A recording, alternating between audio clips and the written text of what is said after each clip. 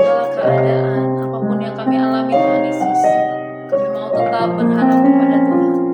Sebab Engkau satu-satunya Allah kami, sumber pengharapan kami, kekuatan kami. Terima kasih Tuhan Yesus.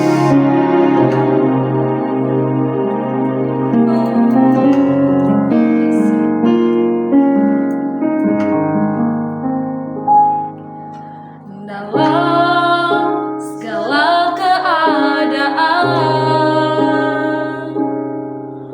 waktu berlimpah maupun kurang, tetapi Yesus yang mempesona hatiku. Dia beri hidup dan kesempatan baru. Di setiap musim kehidupan, waktu ku kuat maupun lemah, tetap Yesus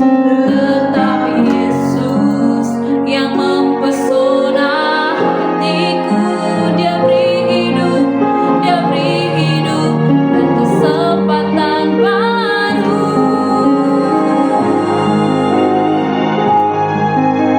Sekali Yesus, selamanya Yesus, harapanku takkan hilang.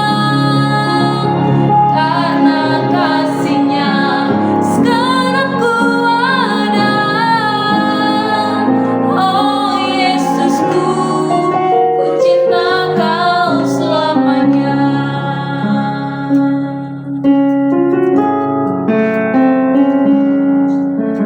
Dalam musim kehidupan, waktu ku kuat maupun lemah, tetap Yesus yang mempesona hatiku. Dia beri hidup dan kesempatan baru.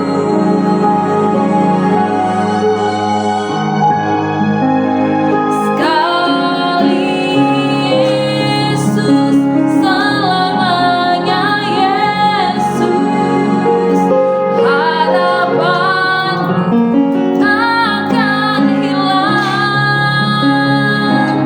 Karena kasih-Nya sekarang ku ada. Oh Yesusku, ku cinta Kau selamanya.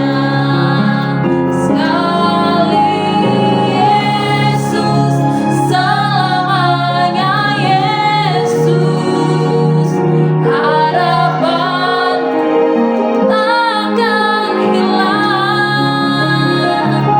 Karena kasih-Nya sekarang ku ada. Oh Yesusku, ku cinta Kau selamanya. Karena kasih-Nya sekarang ku ada. Karena kasih-Nya sekarang ku ada. Karena kasih-Nya sekarang ku ada. Oh Yesusku, ku cinta Kau selamanya. Terima kasih Tuhan Yesus, kami bersyukur Engkau baik di dalam hidup kami. Terima kasih Engkaulah pengharapan kami ya Tuhan. Kami katakan kami tidak akan goyah sebab Tuhan beserta dengan kami. Sekali Yesus, selamanya Yesus bagi setiap kami. Terima kasih Tuhan. Saat ini kami mau belajar daripada firman-Mu. Berikan kami pengertian yang baru. Bersabdalah di dalam nama Yesus, haleluya. Amin. Shalom Bapak Ibu Saudara-saudari, kita berjumpa lagi dalam perenungan intim dengan Allah. Pada hari ini hari Rabu tanggal 30 Oktober 2024, kita akan mendengarkan dan merenungkan sebagian daripada firman Tuhan yang bertemakan selalu ada jalan untuk misi. pada perenungan hari ini yang berfokus di dalam Kisah Para Rasul 17 ayat 24-34. Saya harap Bapak Ibu Saudara-saudari dapat membacanya satu perikop. Saya akan bacakan dalam Kisah Para Rasul 17 ayat 24, demikian firman Tuhan. Allah yang telah menjadikan bumi dan segala isinya, Ia yang adalah Tuhan atas langit dan bumi, tidak diam dalam kuil-kuil buatan tangan manusia. Pada perjalanan penginjilan Paulus yang kedua, ia pergi di Athena. Setibanya di Athena, Paulus merasa sedih karena ia melihat begitu banyak patung berhala di kota tersebut. Hal pertama yang dilakukan ialah bertukar pikiran dengan orang-orang Yahudi di rumah ibadat tentang hal tersebut. Lalu yang kedua, melakukan pertemuan dengan orang-orang yang takut akan Tuhan. Yang ketiga, melakukan pekabaran Injil adalah orang-orang yang ia jumpai di pasar. Yang keempat, ia tanya jawab dengan para filsuf dari dua golongan, yakni Epikuros dan Stoa. Selain dari keempat golongan tersebut, masih terdapat komunitas lain yang bertanya satu sama lainnya demikian, apakah yang hendak dikatakan si Peleter ini dalam ayat yang ke-18? Apa yang dimaksud dengan si Peleter? Si Peleter artinya orang yang banyak bicara atau cerewet atau pembual.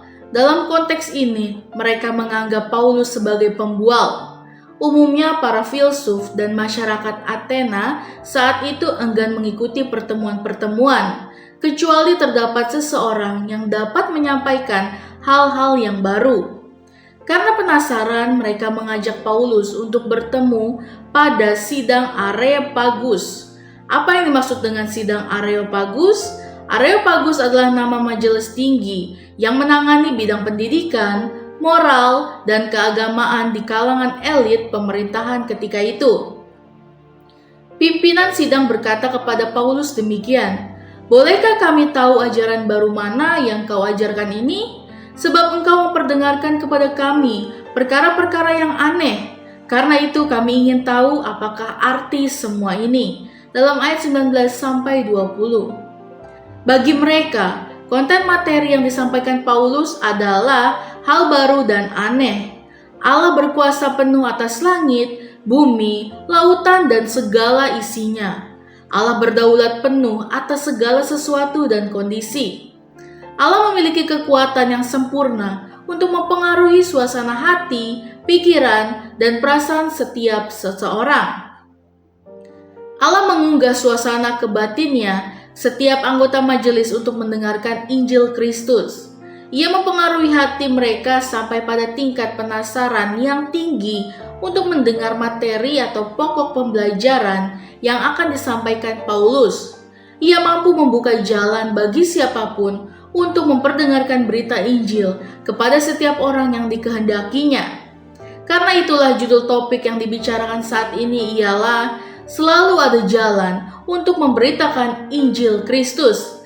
Memberitakan Injil Kristus kepada orang lain hendaknya dilakukan pada kenyataan kehidupan sehari-hari. Saat ibu mengandung, ketika akan melahirkan, bagaimana membimbing anak balita saat menentukan sekolah untuk anak, ketika anak sekolah atau kuliah, saat mencari pekerjaan, ketika memulai usaha, saat mempersiapkan pernikahan anak, waktu ingin membeli rumah, pada waktu sakit, dan seterusnya. Murid Kristus dapat menanyakan satu hal, yakni, apakah Bapak atau Ibu atau saudara-saudari bersedia kami bantu di dalam doa? Jika Bapak, Ibu, atau saudara-saudari tersebut bersedia untuk didoakan, maka kita akan membawanya di dalam doa. Untuk waktu berikutnya, kita dapat membangun komunikasi dengan mereka untuk melakukan doa bersama dan tindak lanjut. Jika kita menilai pelayanan belum sampai pada tingkat tersebut, dapat menghubungi hamba-hamba Tuhan untuk melakukan pelayanan terhadap mereka. Masih banyak lagi kemungkinan yang dapat dilakukan sebagai orang Kristen untuk menyatakan kasih karunia Tuhan bagi setiap orang. Paulus memanfaatkan sidang majelis Areopagus untuk memberitakan Injil Kristus. Baginya kesempatan tidak pernah datang 2 atau 3 kali. Ia menggunakan kesempatan itu sebaik-baiknya. Sebagai cendekiawan muda, Paulus tidak merencanakan untuk berbicara pada rapat majelis Areopagus saat itu. Tetapi Tuhan menciptakan kesempatan itu menjadi media untuk memberitakan Injilnya. Paulus merasa bahagia mendapat kesempatan itu. Beberapa hal yang disampaikan Paulus demikian. Yang pertama, bagaimana mungkin kamu menyembah Allah yang tidak dikenal? Ketika Paulus berdiri di hadapan Areopagus, Paulus menceritakan hasil pengamatannya di kota Athena. Paulus memberi pujian terhadap masyarakat Athena karena semangatnya yang begitu tinggi untuk beribadah kepada dewa-dewa. Pada salah satu tempat pemujian, Paulus melihat tulisan yang berkata demikian, kepada Allah yang tidak dikenal. Bagaimana mungkin manusia melakukan penyembahan terhadap Allah yang tidak dikenal? Allah yang kamu sembah yang tidak dikenal itulah yang kuberitakan kepadamu saat ini. Allah itulah yang menciptakan langit, bumi, lautan, dan segala isinya, dan manusia. Ia adalah Tuhan yang berkuasa atas langit dan bumi. Allah yang maha besar tidak mungkin berdiam diri dalam kuil-kuil buatan manusia. Siapapun yang tidak memiliki kekuatan untuk menarik Allah yang maha kuasa untuk mendiami tempat yang dibuat manusia berdosa, ia bukanlah pemalas yang membutuhkan manusia untuk melayaninya. Tetapi dialah yang memberikan nafas kehidupan kepada setiap manusia yang terdapat di bumi ini. Dialah yang mengatur musim, karena dialah kita ada, bernafas, hidup, dan bergerak untuk mencari perkenanannya, seperti disampaikan oleh pujangga-pujanggamu. Lalu yang kedua, pada suatu saat nanti, Allah akan menghakimi semua manusia atas perbuatan-perbuatannya. Sesuatu yang ilahi tidak dapat disamakan dengan nilai emas atau perak atau batu dan atau kayu buatan tangan manusia. Seluruh manusia harus bertobat, berbalik, dan percaya kepada Allah yang Maha Kuasa, Maha Pencipta, serta yang telah menjelma manusia dalam diri Yesus Kristus yang telah bangkit dari kematian untuk menyelamatkan manusia dari hukuman, untuk memperoleh hidup yang kekal. Sebelumnya, masyarakat Athena memahami bahwa akhir dari segalanya adalah kematian. Tidak ada kebangkitan setelah kematian. Sementara Paulus memberitakan sebaliknya, yakni di dalam Kristus ada kebangkitan orang mati untuk memperoleh kehidupan yang kekal. Setelah Paulus menyampaikan Injil Kristus, tersedia pengampunan dosa bagi manusia yang mengakui kesalahannya, serta percaya kepada Yesus Kristus sebagai Tuhan dan Juru Selamat manusia bagi orang berdosa akan diselamatkan. Beberapa orang laki-laki, salah seorang anggota majelis Areopagus bernama Dionysius, seorang perempuan bernama Damaris, dan beberapa orang lainnya menggabungkan diri dengan Paulus menjadi orang-orang percaya. Baginya lah pujian, hormat, dan kemuliaan dari sekarang sampai selama-lamanya. Amin. Mari kita sama-sama berdoa. Bapa yang baik, terima kasih Tuhan Yesus untuk perenungan pada hari ini Tuhan. Biarlah Tuhan selalu ada jalan untuk kami Tuhan, untuk memberitakan kabar-Mu Tuhan, untuk menjadi misionaris-misionaris-Mu Tuhan, dimanapun kami berada Tuhan. Terima kasih Tuhan Yesus, biarlah misi dan visi-Mu dapat tersebar di seluruh dunia Tuhan. Biarlah Tuhan seluruh bumi ini tahu Tuhan bahwa Engkaulah pencipta dari segalanya Tuhan. Terima kasih Tuhan Yesus, di dalam nama Tuhan Yesus, haleluya, amin. Salam sejahtera, Tuhan Yesus memberkati. Shalom.